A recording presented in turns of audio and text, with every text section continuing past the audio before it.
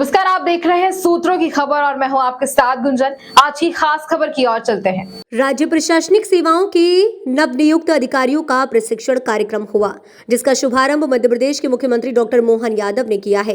प्रशिक्षण 19 अप्रैल तक चलेगा। कार्यक्रम में 42 दिन का इंडक्शन प्रोग्राम भी होगा। कार्यक्रम के बाद मीडिया से बात करते हुए सीएम डॉक्टर मोहन यादव ने साधा राहुल गांधी पर निशाना। उन्होंने कहा कि चुनाव की बेला में अपने दल का विचार न करते हुए राहुल गांधी समय जाया कर रहे हैं। उन्होंने उज्जैन देव दर्शन करने की नगरी है, कहा यही शुभकामनाएं देता हूं कि भगवान के दर्शन अच्छे से कर ले, भगवान उन्हें सद्बुद्धि दे। राहुल गांधी पश्चाताप करे कि मंदिर का न्योता उनकी पार्टी ने क्यों ठुकराया था, वो जनता से माफी मांगे। मध्य प्रदेश सद्भावना शांति का टापू है। जिस भाव से ये यात्रा कर रहे हैं वह सफल नहीं होगी। जिंदगी भर जिस पार्टी ने अन्याय किया वह न्याय के प्रश्न ढूंढते हैं। पहले किए गए अपराधों के मामले में कांग्रेस क्यों सार्वजनिक माफी नहीं मांगती। मैं उम्मीद करता हूं राहुल गांधी इन सब बातों के उत्तर देंगे। बस शुरू में यही गलत हो गया। बेताल गलत नहीं है। और बताओ किसको बताना, आप बताएं। अभी आखिर की इसके बाद में ही चालू कर दूंगा, नहीं तो ये चलता है।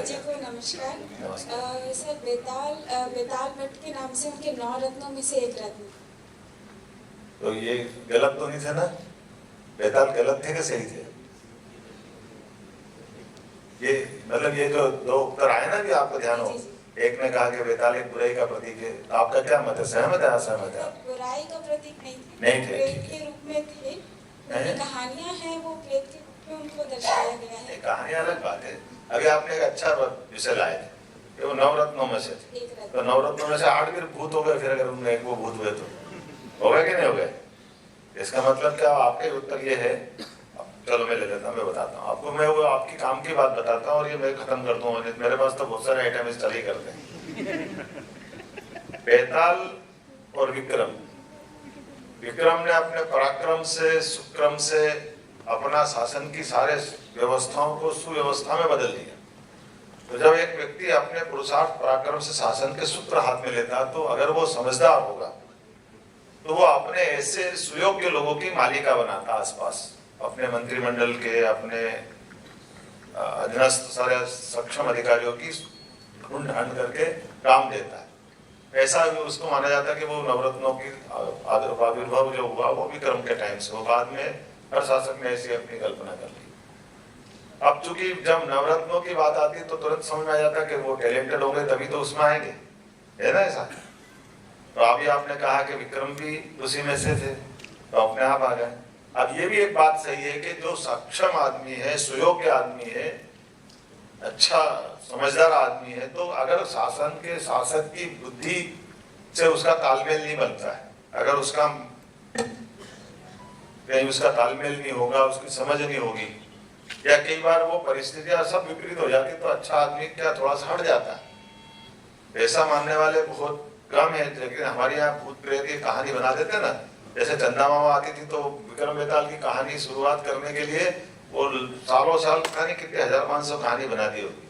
असली में तो केवल 25 कहानियां उनकी, और ये 25 भी कहानियां, उन कहानियों का प्रत्येक आखिरी में जाकर के लबोलबाब आपको ध्यान में आएगा। तो वो बुद्धिमत्ता के उत्तर की अपेक्षा के साथ कहानी की जा रही। प्रश्न से शुरुआत होती है, समाधान से खत्म होती है उत्तर देने के बाद। ऐसे विक्रमादित्य का जीवन का वो बड़ा रोचक प्रसंग है। उस प्रसंग का सार ये है कि विक्रम एक बहुत बेताल, बहुत बुद्धिमान आदमी, और विक्रम वो व्यक्ति जो अपना शासन के सूत्र हाथ लेकर के ऐसे कई सारे लोगों के बीच में अपना जीवन एक पहचान बना भी रहा है। लेकिन वो बहुत बहादुर है विक्रम, और उदार भी उतने ही, दानशील भी उतने। तो उदारता, दानशीलता, पराक्रम, पुरुषार्थ, ये गुण होना अलग बात है। लेकिन कभी कभी जैसे ज्यादा पहलवान लोग भले होते हैं ना, ज्यादा ताकतवर लोग, तो विक्रम का एक पाठ ये भी जीवन का था कि वो उदार बहुत थे, जो मांगे देने के लिए तैयार है। तो विक्रमादित्य को जब लोग मैदान में नहीं हरा पा रहे तो कुछ न कुछ करते हैं। तो एक षड्यंत्रकारी विक्रमादित्य के पास आकर के साधु के वेश में उससे दान मांगता है कि मेरे को इसका कुछ दे मेरे को। तो वो विक्रमादित्य कहता मेरे पास जो मांगोगे मैं दूंगा। विक्रमादित्य से वो कहता कि वो बेताल वहां रहता है, उसको लेकर आओ, मैं उसकी बलि चढ़ाऊंगा, ये मेरी इच्छा है। मैं रहा हूँ, तब में बलि चाहिए। वो दौर ऐसा था जब नरबली भी चलती थी। इसी तरह की तमाम ताजा खबरों के अपडेट्स के लिए सूत्रों की खबर पर बने रहिए हमारे साथ। नमस्कार।